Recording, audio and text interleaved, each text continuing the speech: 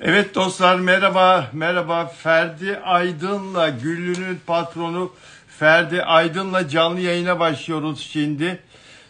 Ferdi Aydın, Güllü'nün ölümüyle ilgili ta en başından beri biliyorsunuz Güllü'yü 26 Eylül'de kaybettik.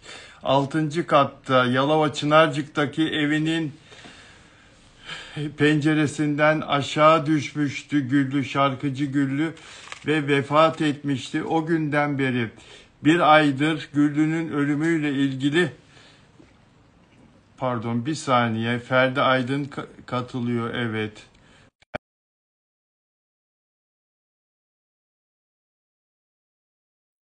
Bir ay, e, 26 Eylül, bugün 29, bir ay 3 gün. Ferdi Aydın, hoş geldin. Selamlar, nasılsınız?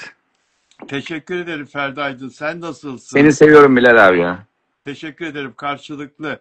Cansın. Karşılıklı. Sevgili Ferdi Aydın, 26 Eylül'de Güllü'yü kaybettik ve o rahmete kavuştuktan birkaç gün sonra da seninle biz ilk canlı yayınımızı yapmıştık. Sen o gün bana Bilal abi, bu işte bir iş var.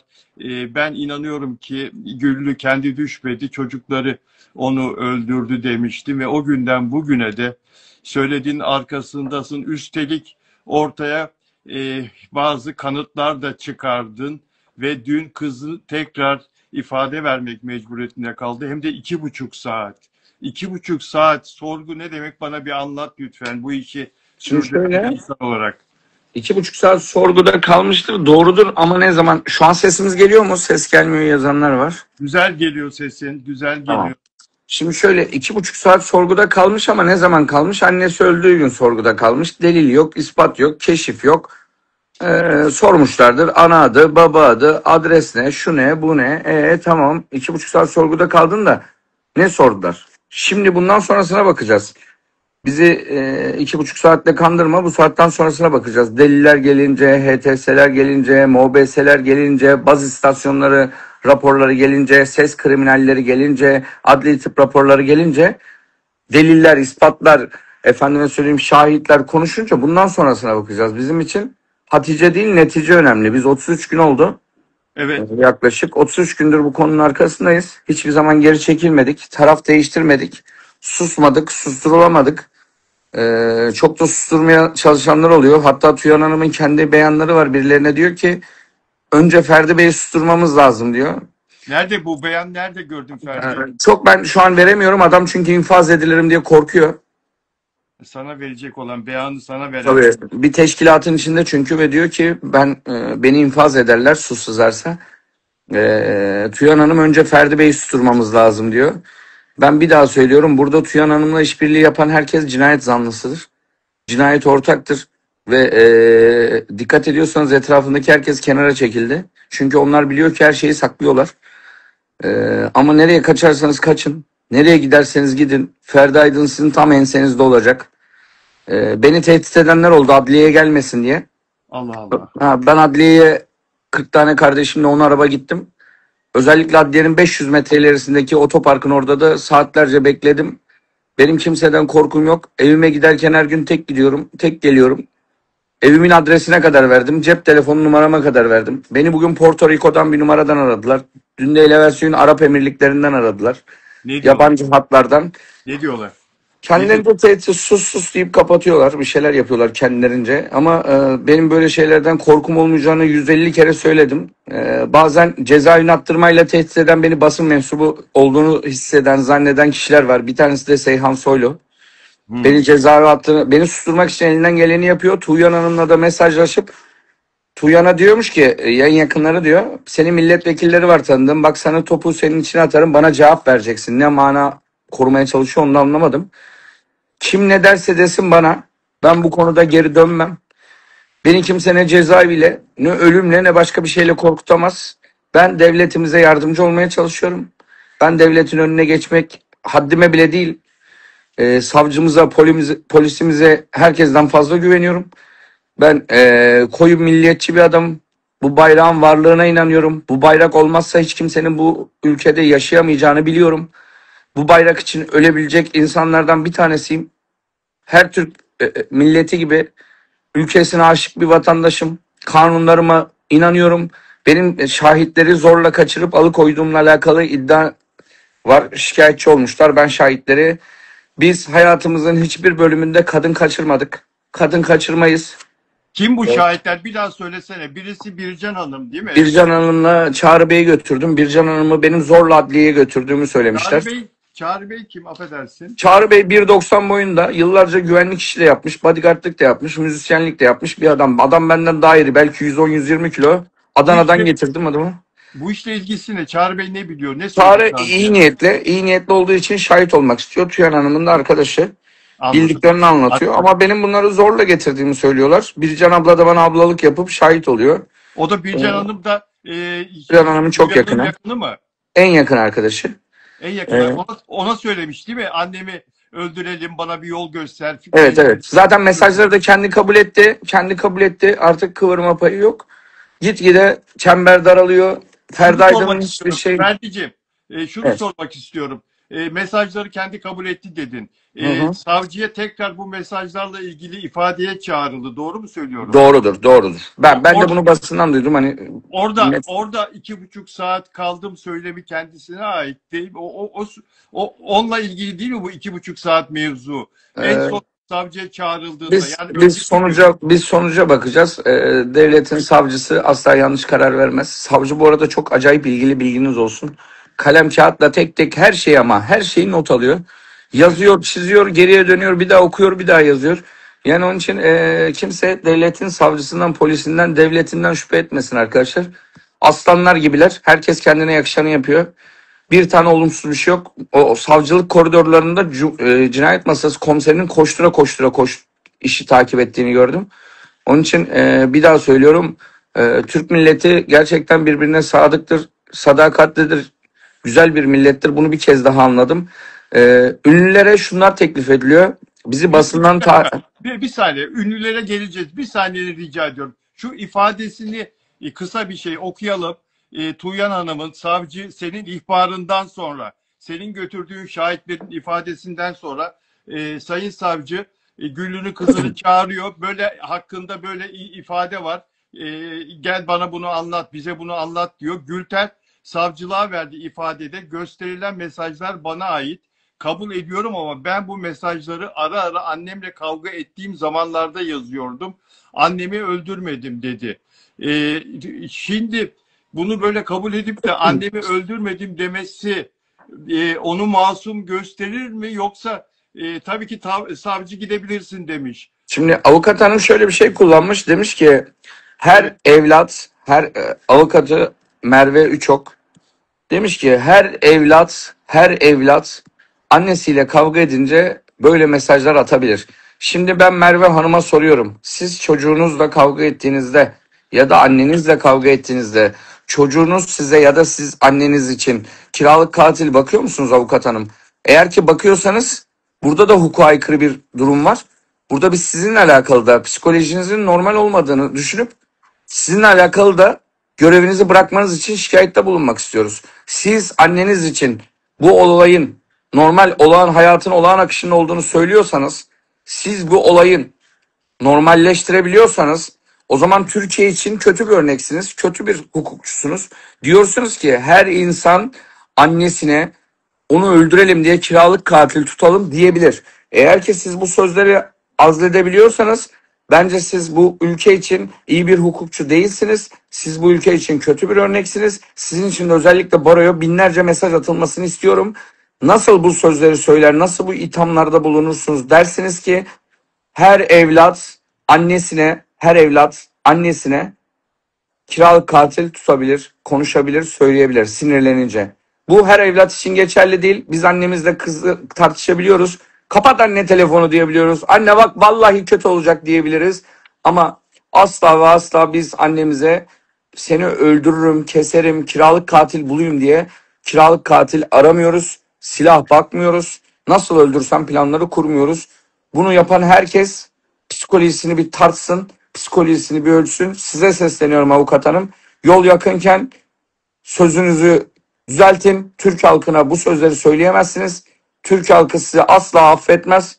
Sözlerinizi acilen düzeltin ve Türk halkından özür dileyin. Türk halkı, Türk halkına siz bu normaldir, anneniz için kiralık katil bakın tarzında bir cümle oluşturamazsınız. Lütfen bu sözleri düzeltin. Kötü örneksiniz. Annesiyle her kavga eden diyor Ferdi Aydın. Anneme kiralık katil bakıyorum diyemez diyor.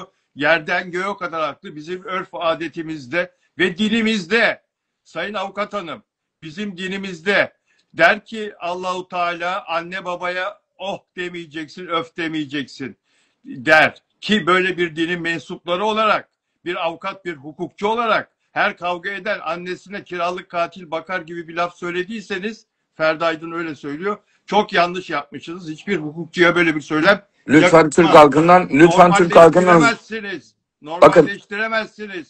Pardon Ferdi, bir şey söyledin en son. en son Atalay Filiz cinayet dosyasına bakmıştı bu kadın.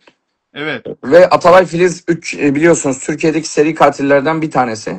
evet. Onu da bu şekilde savunmaya çalışmıştı.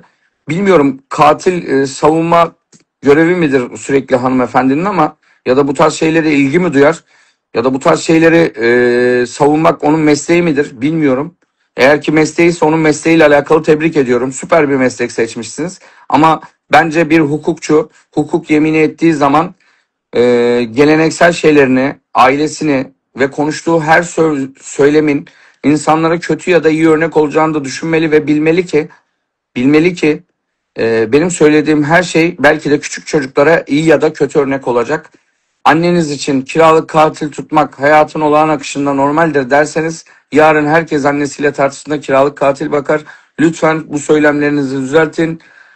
Lütfen düzeltin, lütfen düzeltin. Eğer ki siz düzeltmezseniz bu Türk halkı sizi asla affetmeyecektir. Şikayetlerini belirtecektir. Biz hukuka çok inanıyoruz, hukukçularımıza çok inanıyoruz. Biz avukatlara inanmak istiyoruz. Ve Merve Hanım, sizin öyle şeyler duyuyorum ki sizinle alakalı. Müvekkillerinizle alakalı öyle şeyler anlatıyorlar ve müvekkilleriniz öyle şeyler anlatıyor ki bize iş bitirici olduğunuzu zannediyorsunuz ama bakın inanın Türk halkından özür dileyin. İnanın Türk halkından özür dileyin. Ben konuşmak istemiyorum ama ileriki günlerde devam ederseniz bu denli konuşmaya insanlardan ne diye para talep ettiğinizle alakalı konuşmalar yaparım.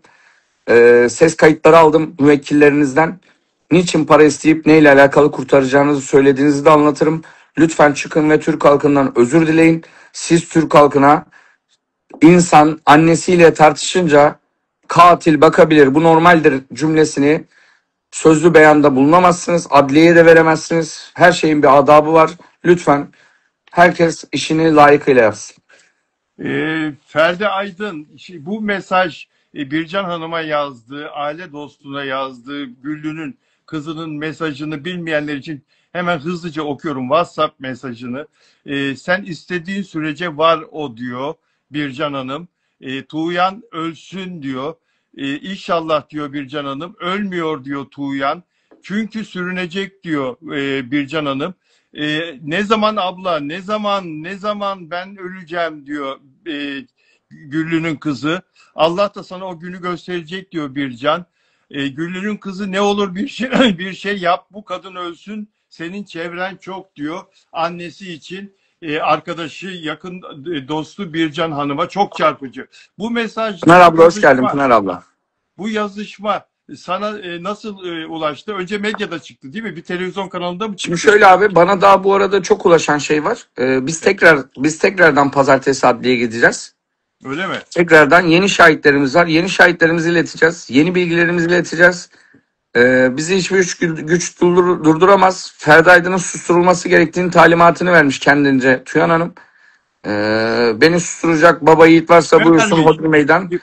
Tuğyan Hanım ne ki? Tuğyan Hanım normal bir genç kadın değil mi? Nasıl? Değil. Hayır değil. Anlatacağım size. Anlatacağım. Zamanı gelince anlatacağım. Önce tek sorunum Güllü Hanım. Ama herkes şunu bilsin. Ferdi Aydın geri adım atmaz. Ferdi Aydın'ın düşüncelerini hiç kimse değiştiremez. Ferdi Aydın'ın ideallerinde çok başka şeyler var. Ferdi Aydın ideallerinde lüks bir hayat yaşamak ya da lüks bir arabaya binmek ya da tatile gitmek yok. Ferdi Aydın'ın hayatında insanlar var. Ferdi Aydın hatalar yapmış olabilir geçmişte, atıyorum suç işlemiş olabilir ama Ferdi Aydın'ın için insanlar çok önemli. Abla dediği, kardeş dediği, etrafında bulundurduğu kardeşleri, arkadaşları çok önemli. Onun için benim canımın Güllü'nün ablanın canından hiçbir önemi yok. Benim canım Güllü abladan daha önemli değil. Yarın öldürülebilecek kadınlardan daha önemli değil. Geri vites edersem namerdim. Bir daha söylüyorum. Varsa maçası yiyen, ben pazartesi gene adliyedeyim. Adliyeden çıkınca da 1 kilometre ilerisindeyim. Kimseden benim korkum yok. Beni öyle yabancı hatlarla, 100 liraya aldığınız çakma hatlarla korkutacağınızı zannediyorsanız yanılırsınız. Kralı da gelse canım da kurbandır Güllü ablanın yoluna. He. Ama hakkını da Seni veririz. Ferdi Aydın seni öldürmek istediklerini mi söylüyorsun? Evet. Ben zaten kendim can güvenliğim tehlikede diye bir duyuruda bulunmadım. Benim şahitlerimin çocukları var. Onlar için bulundum. Onların başına gelebilecek her şeyden, Çağrı Bey'in ve Bircan Hanım'ın başına gelebilecek iftiralardan, yasaklı madde bile evlerine saklatabilirler. Başka cinayet olabilir, başka yaralama olabilir. Her türlü iftira olabilir, her türlü şantaj olabilir. Bunlarla alakalı yapılabilecek, şahitleri susturabilmek için yapılabilecek paylaşımlardan bu bir ihbardır. Lütfen bunu siz de YouTube'a yükleyin. Kayıtlarda kalsın. Bütün arkadaşlarımdan, bizi izleyen herkesten rica ediyorum. Bu an itibariyle başlarına gelebilecek her şeyden Tuyan Hanım, Sayın Seyhan Soylu, Sultan Hanım ve etrafındaki insanlar sorumludur. Başımıza gelebilecek, başlarına gelebilecek, beni katmayalım. Başlarına gelebilecek her şeyden şahitlerimin Sayın Seyhan Soylu, Sayın Tuyan Hanım ve Sayın Sultan Hanım sorumludur. Bizim dediğim gibi biz davaya, bunu bir dava görüyorum. O davanın da peşinde gideceğim. Hiçbir şekilde beni birilerine arattırmayın. Birilerinden ricada bulunmayın. Bu arada ünlü insanlar arayıp bize sosyal medyadan destek verin diyorlar. Allah Araya birilerini koyuyorlar. Allah Size, Allah. evet, araya sizin için bunu birileri yapıyor ama sizin için bunu yapabilecek herkesin karşısındayım. Ben burada bunun sonrasında da bu olayın yakasını bırakmayacağım. Beni öldürmediğiniz sürece ben bu olayın arkasında duracağım. Ölümden de korkum yok. Bir daha söylüyorum. Ben bu Türk bayrağına inanıyorum. Kötü insanların yanına kalmayacak. Kötü insanlar lanetiyle, Güllü ablanın gazabıyla, Türk halkının lanetiyle lanetlenecek ve artık bu konu kesinlikle sonuca ulaşacak. Kesinlikle ve sonuca ulaşacak. Türk halkına sesleniyorum. Birlik ve beraberlik çağrımdır bu. Lütfen herkes birbirine sahip çıksın. Kötü insanlara hep beraber şikayet edelim. Hiçbiriniz, şahitler korkmamaya başladı. Ferdi Aydın bence onlara, bu ben değilim. Bu konuda söyledim. Dedim ki bir Ferdi Aydın ölür, 1000 Ferdi Aydın çıkar. Her olayın bir kahramanı vardır. Belki bu olayda kahraman biz olduk.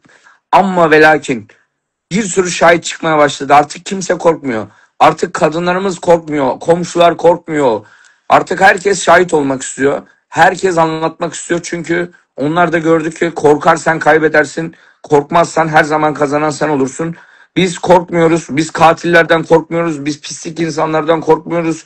Biz Türk halkıyız. Bizim analarımız, kadınlarımız mermi taşıdılar cephede. Bizim kadınlarımızın da katillerden korkmayacağını düşünüyorum. Gözlerimizi yumduğumuz sürece insanların kötülükleri bitmeyecek, zalimin zulmü bitmeyecek ve hiçbir şekilde biz buna tarafsız kalmama gibi bir lüksümüz yoktur. Biz her şeye göğüs gereceğiz. Kötü insanlara dik duracağız. Kimsenin kimseni öldürmesine göz yummayacağız. Ve bu saatten sonra bir daha söylüyorum, şahitlerin başına gelebilecek her şeyden Tuyan Hanım, Sultan Hanım ve Seyhan Soylu sorumludur. Seyhan Soylu şahitlerin videolarına tehditlerde bulunuyor. Sen Seyhan Soylu, benim şahit gösterdiğim insanın videolarını paylaşmayla tehdit edersen amacın nedir? Burada suç nedir? Sana soruyorum. Şimdi Ferdi Aydın, herkes benim gibi çok şaşkın şu anda. Çünkü 26 Eylül günü meydana gelen olayda biz şarkıcı Güllü'nün evinden ayağa kayarak kazayla bir şekilde ya da başı döndü bir şekilde düşerek öldüğünü zannettik. Şimdi seni suçlamanla e, daha düne kadar seni suçlamanla kızının annesiyle arasındaki geçimsizlikten dolayı, psikolojik rahatsızlıklardan dolayı da olabilir. Annesini öldürtmek istediği gibi bir iddia duruyor şurada. Biz öyle zannediyoruz. Ya düştü ya da senin iddianla kızı öldürttü. Fakat şu anda anlattıkların olayın arkasında çok başka bir şey var. Sanki bir örgüt var, bir çete var. Bir şey uğruna, büyük bir menfaat, çok büyük bir menfaat uğruna Güllü öldürüldü ve bu olaylar bir şekilde gizli kapaklı düşmanları ortadan kaldırmak için senin üzerinden devam ettirilmek isteniyor gibi bir şey anlatıyorsun şimdi bize. Çok şaşkınım. Bunu savcıya anlattın mı? Tabii ki her şeyi anlattım. Tekrar gideceğiz savcılığa. Bugün 29 Ekim tatildir diye düşündüm. Evet. Yarın da cuma cumartesi işte vesaire diye düşündük. Ya yarın ya pazartesi. Yarın açıksa yarın gideceğiz. Ne biliyorsak tekrardan anlatacağız. Ortalık karışık. Karışık bir durum var. Anlatmak bile isteyemeyeceğim ama içinde katlanamadığım bir şey var. Katlanamadığım bir acı var. Onun için herkesten tek ricam devletimize yardımcı olsun. Savcımıza ve emniyetimize yardımcı olsun. Lütfen. Ellerinden geleni, bildikleri her şeyi söylesinler. Kesinlikle teknolojimiz çok iyi. Devletimiz iyi çalışıyor. Her şeyi tamamıyla araştırıyorlar. Ama biz de tabii ki gördüklerimizi, bildiklerimizi varsa kanıtlarımızı söyleyelim ki biz de onlara yardımcı olalım. İnşallah doğru kararı devletimiz verecektir. Devlet ne diyorsa o doğrudur. Ee, Dediğim gibi devlet milletsiz, millet devletsiz olmaz. Devlet olmayanın milleti, millet olmayan da devlet olmaz. Biz devletine inanan bir milletiz. Onun için bu saat itibariyle devletimize yardımcı olabileceğimiz her şeyi yapmaya hazırız. Peki Hayırlı saat bundan sonra. Ferdi Aydın, şimdi bu olayın nasıl olduğunun ortaya çıkması için şu bilirkişi raporunun gelmesi yeterli mi sence? Hani yukarıya... Bence şimdi ben bir avukat, bir savcı kadar bilemem. Tabii ki haddim değil. Onlar hukuk fakültesini bitirmiş, akıllı, kültürlü insanlar. Evet. Kitapları ezbere bilen, kanunları ezbere bilen. Ama bence yeterli olacak. O bilirkişi raporu. Yukarıdaki mühendisler indi aşağıya düştüğü yere... Bilirkişiler yaptı. Tabii bilirkişiler. Onlar bu işin kompedanı.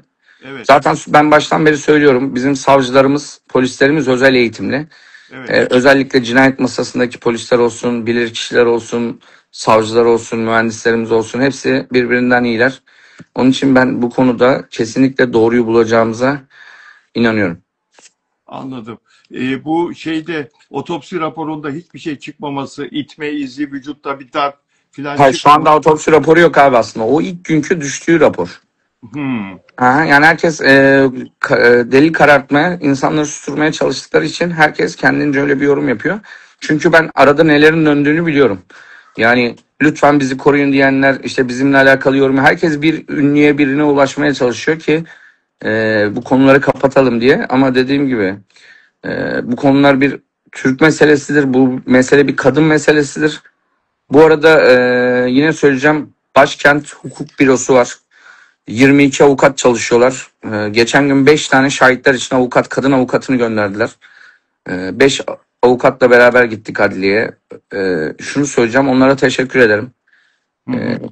Ücret sorduğumuzda ücreti bile istemediler. Karşılıksız yapmak istediler.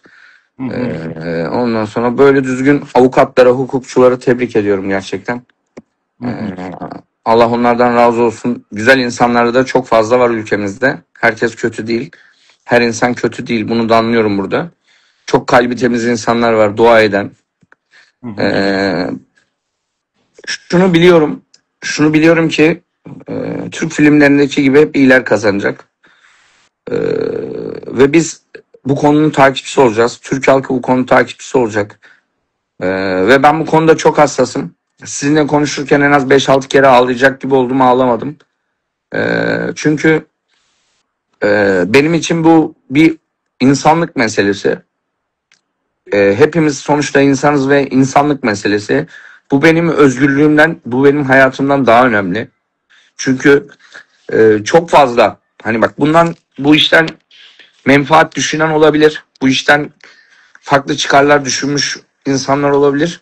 Evet. Ama benim bir çıkarım yok. Benim tek çıkarım, bir insan ne yaparsa yapsın, bir insan ne kadar kötü olursa olsun öldürülmeyi hak etmez. Ee, Hele ki bir anne evladı tarafından öldürülmeyi, evladıyla arkadaşı tarafından öldürülmeyi asla hak etmez. Bir kadın ne yapmış olabilir de bütün kemikleri kırılacak, suratı parçalanacak kadar öldürülmeyi hak etmiş olabilir? Eğer ki bu kadar sevmiyorsan uzak dursaydın keşke annenden. Gitseydin. Ee, Neden hem kendine hem anneni yaktın? Onun için ben bu konu davacısıyım. Beni tek bir şekilde sustururlar. Ya öldürürler ya tutuklarlar. Başka bir şekilde hiçbir şekilde bu konunun arkasını bırakmayacağım. Allah Yok, hiç Allah korumak zorunda da değil. Hiçbir şekilde bu konunun peşini bırakmayacağım. Benim için bir gurur, benim için bir insanlık meselesi. Allah bizi affetsin eğer hatamız varsa, yanlışımız varsa, eksik kelimemiz varsa ama gerçekten zor bir durum. çelik yelek falan giyiyor musun kardeşim? Üzerinde bir önlem bir şey yapıyor musun kendi Dua, dua var abi, dua var. En büyük çelik yelek Allah tarafından.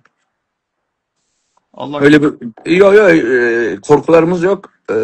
Bazen diyor ya, e, cihat yolunda ölmek, şehitlik güzel bir mertebedir. Onun için ben bunu bir cihat görüyorum. Bunu bir insanlık meselesi, insanlık savaşı görüyorum. Onun için bu yolda yapılabilecek her şeyin arkasındayım. Ben bir gazeteci olarak şunu da merak ediyorum ve benim işim gereği sormam gerekiyor. Önünü, arkasını, her şeyi düşünmek zorundayım. Hı Bu hı. bir anne kız psikolojik savaşı, bir kavgası, bir geçimsizliğin ötesinde Güllü bazı şeyler mi biliyordu kızının gizlediği de kızı annesini susturmak istediği gibi bir şey var mı acaba? Her Böyle şey her şey olabilir. Birçok neden olabilir. Şimdi detaylarıyla anlatamayabiliriz ama tek bildiğim şey, insanlık bunu kabul etmemeli. Biz insan olarak kabul etmemeliyiz. Hani bazen devlete suç atıyoruz ya. evet. Devlet ne yapsın abi? Yani biz insanlar olarak kavga edersek, biz insanlar olarak suç işlersek, biz insanlar olarak annemizi öldürürsek polis nasıl kurtarsın abi? Yani biraz da biz insanlar olarak artık güzel çocuklar yetiştirelim. Güzel bir toplum olalım. Gördüğümüz hatalara susmayalım. Biraz vicdanlı evlatlar, vicdanlı insanlar olalım. Yani herkes sadece birbirinden nemalanmaya çalışsa bu iş olmaz. Hep beraber, belki bu bizim için farklı bir şeydir. Farklı bir sınavdır. Herkesin sınavı vardır ya. Belki de bizim sınavımız da budur. Herkes kesinlikle evladını yetiştirirken Niye ağlıyorsun Ferdi?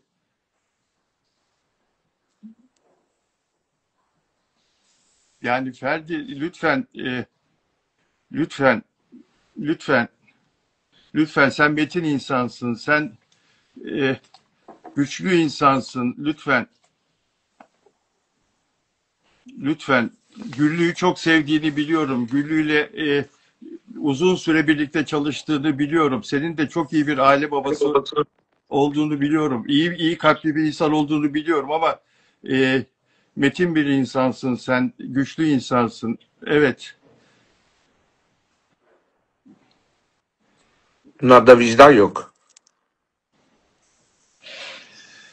Of, of, of, of, of. Güllü'nün büyük dramı, Güllü'nün başına gelen Ferdi Bey çok üzüyor. 33 gündür kendisi bu konuda ısrarla dediğinden hiç şaşırmadan konunun takipçisi oluyor ve kendisine sürekli olarak da bu konuyla ilgili deliller geliyor, kanıtlar geliyor ve o da gelen bu kanıtlara bakınca yürüdüğü yolun doğru olduğuna inanıp devam ediyor ve sonuçta bir yere getirdi. Peki şunu sormak istiyorum Ferdi.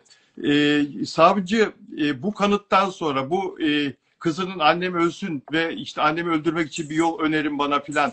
Bu yazışmalardan sonra daha o yazışmalar geniş. Burada söylemediklerimiz de var. Daha uzun o yazışmalar. Kızın ifade. Acaba neden mesela yurt dışına çıkış yasağı koymadı kızına? Bilmiyoruz. Yani şöyle, savcının bildiğini biz bilemeyiz. Savcı daha güçlüdür, daha akıllıdır, daha taktiklidir. Her savcının bir taktiği olabilir. Belki net deliller bekliyordur. Daha net, belki yeterli görmüyordur. Belki başka bir şey vardır ama savcı kesinlikle iyi bir insan, ona eminim. Hmm. Ne yaptığını bilen bir insan aynı zamanda diyorsun. Tabii tabii. Yani Öyle mi? yani belki de bizim bilmediğimiz şeyler vardır ama dediğim gibi Aha. Burada başka bir şey olduğunu düşünmüyorum. Evet. Bir de beklenen kamera görüntülerinin çözümü var tabii. Ses kayıtlarının da çözümü var. Onlarla ilgili bilgin Evet. var mı? Ne zaman çıkacak bu bilirkişi raporları? Ya benim var ama dediğim gibi ben böyle hani devletten duyduğum şeyleri ya da bildiğim şeyleri söylemek bana yakışır gelmiyor. Hani başkaları gibi Evet. şu oldu bu oldu diyemiyorum çünkü bana hoş gelmiyor. Çünkü devletin her biriminde arkadaşlarımız var. Ben bunların söylediği şeyleri, iyi niyetle söylediği şeyleri burada kullanıp e, ben bunları biliyorum diyemem. Demem de hoş kalmaz. Ben sadece Evet. kendi bildiğim, sokaklardan bulduğum, kulağıma gelen, halkın söylediği şeyleri devlete iletmek için uğraşıyorum. Ama işte dediğim gibi kötü insanlar var. Hiç kimse bazen şey diyen oluyor ya kadına iftira atıyor falan filan diyenler de oluyordu. %10'du %5'e düştü.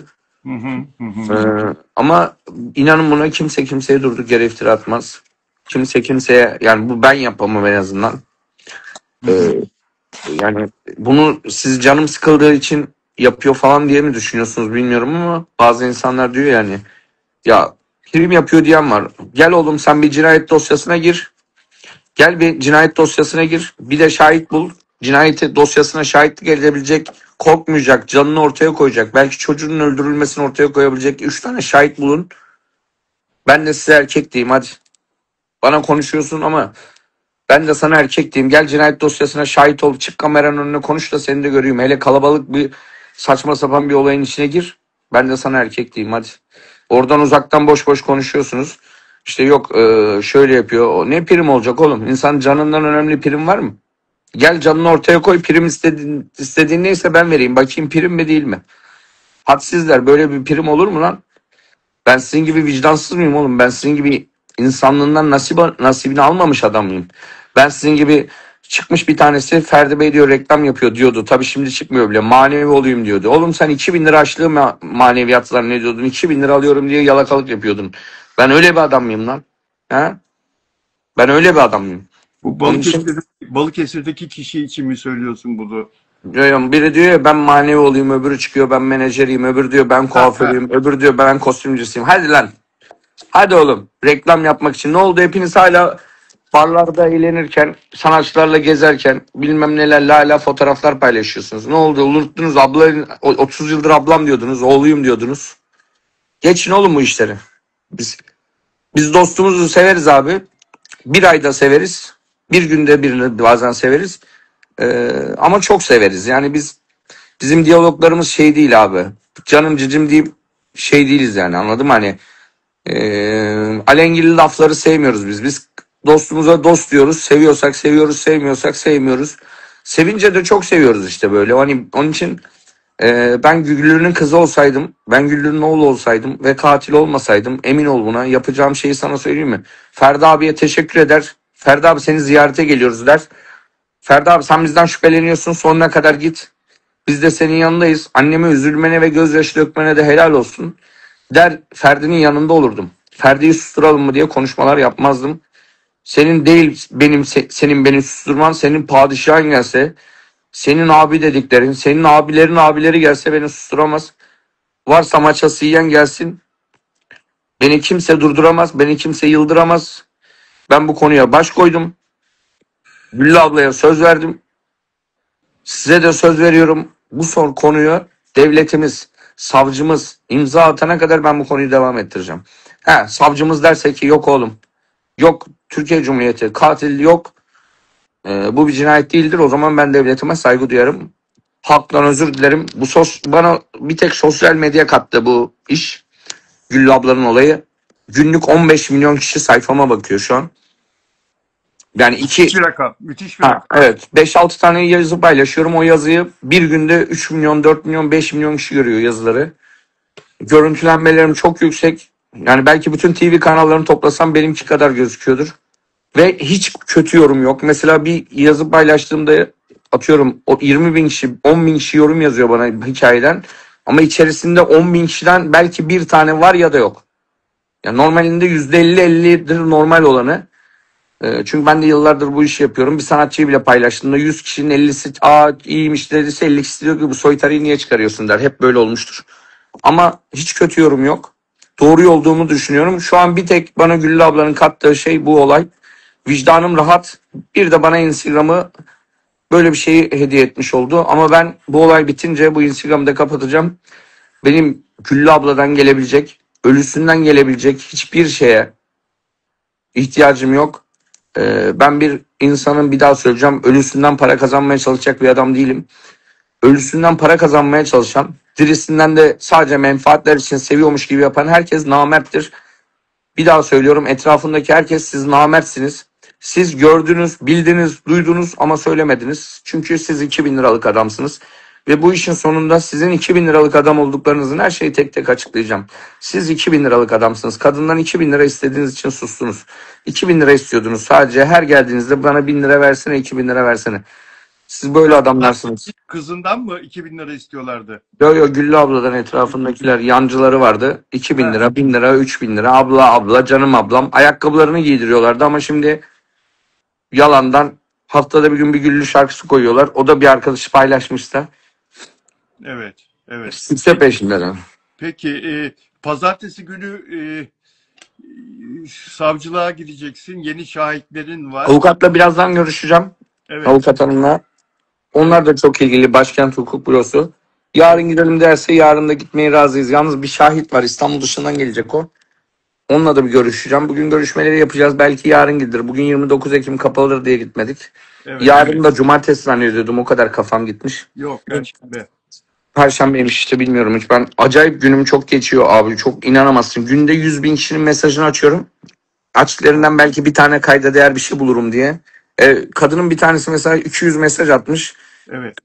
Ayıp olur diye ediyorum, utanıyorum. Böyle en azından like'lıyorum. Bir de garip insanlar geliyor dükkana. Şimdi dün kadının biri gelmiş, dükkanın içerisinde kapalıyken oturuyor. Allah Allah. Garson, elektrikçi ustası var. Evet. Diyor ki hanımefendi kimsiniz? Ben Ferdi'yi bekliyorum diyor. Yani Türkiye'nin her yerinden garip tipler geliyor. Dün hiç tanımadığım kadın gelmiş. Merhaba buyurun dedim. Lütfen konuşabilir miyiz dedi. Buyurun dedim. Ofise aldım. Ben dişlerimi yaptırıyorum da diyor. Kredi çektim diyor. Bana para verir misiniz? Abi bir korktum. Lan dedim bunu biri mi gönderdi? İftira mı atmaya geldi? Allah Allah. Kapıyı açtım, hanımefendi dedim. Biz para yardımı yapmıyoruz dedim. Ama tedirgin oldum. Süslenmiş püslenmiş gelmiş diş parası istiyor. Yani acayip utandım. Dedim eşim bekliyor. Eşim de Allah'tan yanımdaydı. Evet. Evet. Eşim bekliyor, lütfen çıkalım dedim. Hani biz dedim hani para yardımında bulunmuyoruz. Acayip yani insanlar geliyor. Bir şeylerle televizyon kanalları arıyor. Öbürü arıyor. O numaradan öbürü arıyor. Halk arıyor. Eşim, dostum, akrabam arıyor derken artık beynim durmuş durumda. Bugünü gerçekten yarını cumartesi zannediyordum. Bakın daha çarşambaymış bugün, ben cumartesi zannediyorum. Ben sabahtan beri böyle zannediyorum ama. Hay Allah. Hay Allah. Peki geceleri arayıp rahatsız eden oluyor mu? Geceleri falan. Ya gecenin 3.30'unda kafası güzel Güllü şarkısı dinlerken beni arayan her gece en az 5 kişi var. Allah Allah. Yani kimseyi de tabii ki destek olduğu için bozmak istemiyorum ama insan da biraz saygı duyar. Gecenin 3.30'unda alkollü kafayla bir insan aranmaz. Yani meşgule atıyorum, bir daha arıyorum, birini arıyorum, bir şey yapıyor. Yani bir tanesi yazıyor bana motosiklet alır mısınız? Ötekisi yazıyor Ferdi Bey üniversiteye gideceğim, para yollar mısınız? En son üniversiteli gençler aramış. Mesaj atmışlar. Abi 4 kişi evde çiğ köfte partisi yapıyoruz, bize para gönderir misin? Ya şaka söylemiyorlar ama ciddiler yani. Enteresan. Yani artık böyle konu başka bir yere geldi. Ama ve lakin gerçekten yardıma ihtiyacı olduğunu, acayip yasaklı maddeyle alakalı aileler çok yazıyor. Evet. Belki 1000 kişi yazmıştır. Yardımcı olur musunuz? Vallahi gönlüm herkese yardımcı olmak istiyor ama ben Türkiye Cumhuriyeti'nin sıradan bir vatandaşıyım. Elimden gelen bir şey olursa bir kişi için tabii ki yapabilirim ama binlerce kişi için hiçbir şey yapamam. Onun için bu tepkilerinize ve mesajlarınıza cevap veremiyorum. Lütfen bunu ukalalık ya da ego gibi anlamayın. Çünkü ben bir kişiye yardım edebilirim. Binlerce kişiye yardım edemem. Onun için yalana gerek yok. Sizleri de kandırmak istemiyorum. Mesajlarınıza da cevap vermeyince kendimi suçlu hissediyorum. Ferdi Bey eşim öldü, evin kirası diyorsunuz. Ya yazmıyorum, bir daha yazıyorsunuz. Yazmıyorum, bir daha yazıyorsunuz. Sonra kendime kızıyorum lan. Kadın seni belki yakın gördü, söyledi ama hangi birinize yazayım, hangi birinize para vermeye çalışayım? Milyon dolarlık adam değilim ki yani. Onun için burada da sakın hiç kimse bana kızmasın, darılmasın, gönül koymasın. Hakları varsa haklarını helal etsinler. Gücüm, öyle bir gücüm yok. Şu anda bütün eforumu Güllü abla için harcıyorum. Ee, Sana kimse Öyle yani. darılmaz. Sana kimse darılmaz. Ne yaptığını herkes görüyor. Sevgili Ferdi Aydın, çok teşekkür ederim bu yayın için. İlk yayını benimle yapmıştın. İlk 4 yayını benimle yapmıştın.